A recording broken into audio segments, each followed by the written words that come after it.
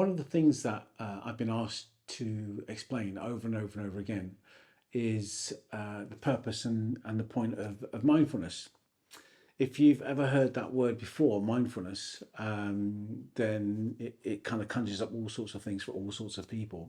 And it's interesting because some people think it's something really mystical, or that it's something that you have to spend, you know, hours and hours cross-legged in some shrine somewhere in order for you to practice it. But that's not the case at all. And as well as that, mindfulness is not just something that is used as a kind of throwaway method. It's actually quite fundamental to being able to kind of deal with anxiety, being able to deal with emotional stress and distress. About It's a profound tool to be able to minimize sort of a noisy head, right? So if you have a really noisy mind and it continuously kind of chaotic thoughts, mindfulness is a very, very powerful tool that you can use that calms the mind, generates peace, and in a sense creates a pause, right? So it's a really incredibly important tool set that you can use and adopt, but it seems to be such a hard thing to do consistently. And the importance of mindfulness is exactly that, is to do it consistently. The issue of not doing it consistently is that it stops being a habit, which is what we need to make it. Okay, if it's a habit, then it's something that you become that becomes automatic, that you do automatically. So rather than be stressed, say like when a particular anxiety or stressor kind of triggers you, usually your initial reaction is to respond and react. Okay, but mindfulness and the practice of it, what it does is it does the opposite. It gives you the capacity to be able to pause. But it can only do that if we make it an automatic response and reaction to any kind of trigger or stressor. And it can only do that if we practice it. So it's so important that we practice how mindfulness works, and to become really, really familiar with its feeling, with the way we feel inside, and the way that we connect to it, so that in any given moment, instead of reacting in a reactive way, we replace that with sort of a mindful response, which is basically reflection, right? So being mindful in a moment of a reactive situation or a triggering situation helps us to reflect rather than react. That's a really primary, very, very incredibly important idea. Because obviously it's the reaction that we have to any stressor or trigger that generates anxiety and difficult emotions and reactions that are unhelpful, and behaviors and all, and other sort of feelings that come in and overwhelm us. So if we can stop that cycle, then we stand a good chance to be able to respond and react to something in an appropriate, wise mind way. I'll get more into that in another kind of video. So what I wanted to do is I wanted to just get you guys thinking about mindfulness in a constructive way, and I wanted to kind of go on from this. And at some point, I'm going to be doing a whole training program on how to use mindfulness, how to adapt it and adopt it, and how to make it part of your everyday. So, so what's the point of mindfulness? Well, the point of mindfulness is about creating a grounding. It's like creating a space in your mind of quiet, of reflective process. It's about developing an automatic response to a triggering situation that provides you with the capacity to be able to pause before you react. So it's a way of having and building a pause button in your life, in your thought processes, which is where it all happens, right up here. It doesn't happen anywhere else. It happens up here. So this is kind of what we need to deal with, because this is what actually generates all the reactions and responses.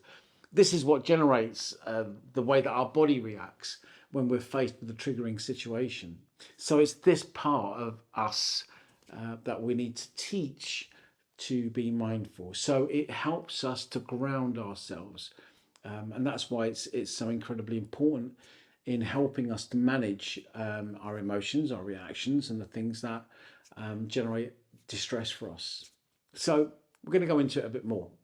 Okay, so mindfulness. One of the sort of first primary things that it offers us is the capacity to be present. It's not really the idea of us, going off somewhere on some journey. It's about actually the opposite of that. It's about us staying where we are. It's about grounding us in the present. And grounding us in the present is about being aware of our situation, like i.e., bringing ourselves into the moment that we're experiencing, rather than being in a moment that we haven't yet experienced, i.e., developing a sense of anxiety about the future, or worrying about what may or may not happen in the future, or conversely, being concerned about what happened in the past. What mindfulness does in its first instance is it keeps us present. And how can we do that? And I mean, very basically, and a real kind of first kind of point is that we do things mindfully. Right? It sounds really simple, right? We do things in a mindful way. So let's just take one example, a very simple example. So you're making a cup of tea. And when you're making a cup of tea, more often than not, you aren't actually in that moment. You're not actually thinking about making a cup of tea. You literally click the button on the kettle. Well, at least that's what I, have done. You click the button on the kettle, you go off and do something else. The kettle goes off. You come back, you pour your water in, you go off, or however you make it, and then you pour your milk and tea's made, and then you drink it. So what mindfulness does is it says, hold on a minute, let's just pause. Let's pause and make this cup of tea in a mindful way. So how do we do that? Well, we don't sit cross-legged, and in some trance state, waiting for the kettle to boil. What we do is we become aware of exactly what's going on. So we press the button on the kettle. We become aware of the sound that the kettle is making while it's boiling. We focus on the steam that's rising up from the spout of the kettle. We listen to the noise of the gurgling water. And then we watch the steam build as it kind of comes to its climax of boiling, right? And then it switches off. And the second it switches off, we grab the kettle and we pour the hot water into the cup, sorry. As we pour the hot water into the cup, we become aware of the water changing colour once it hits the tea bag that we previously put in.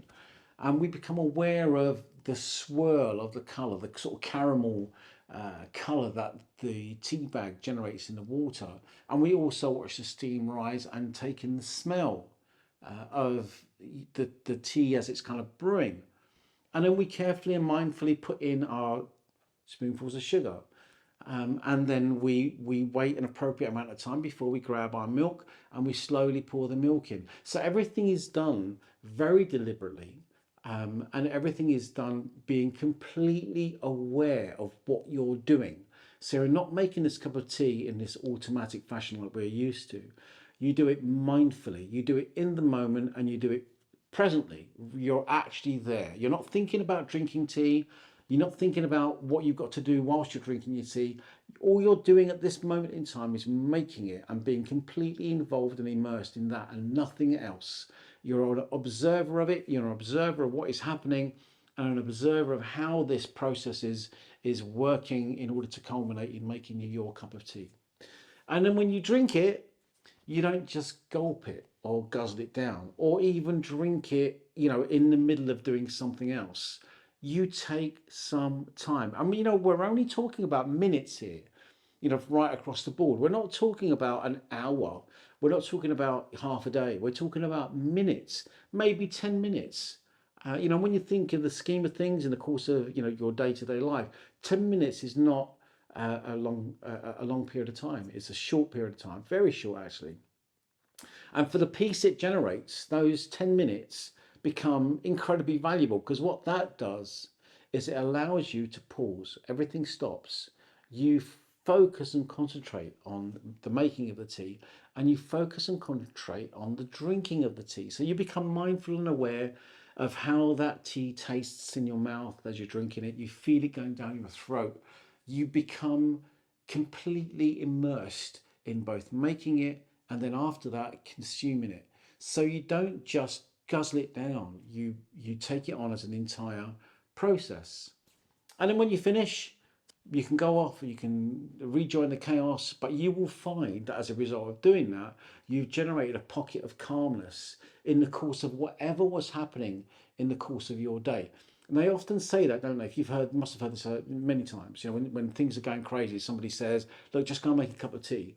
Why would they do that? Because it's a pause.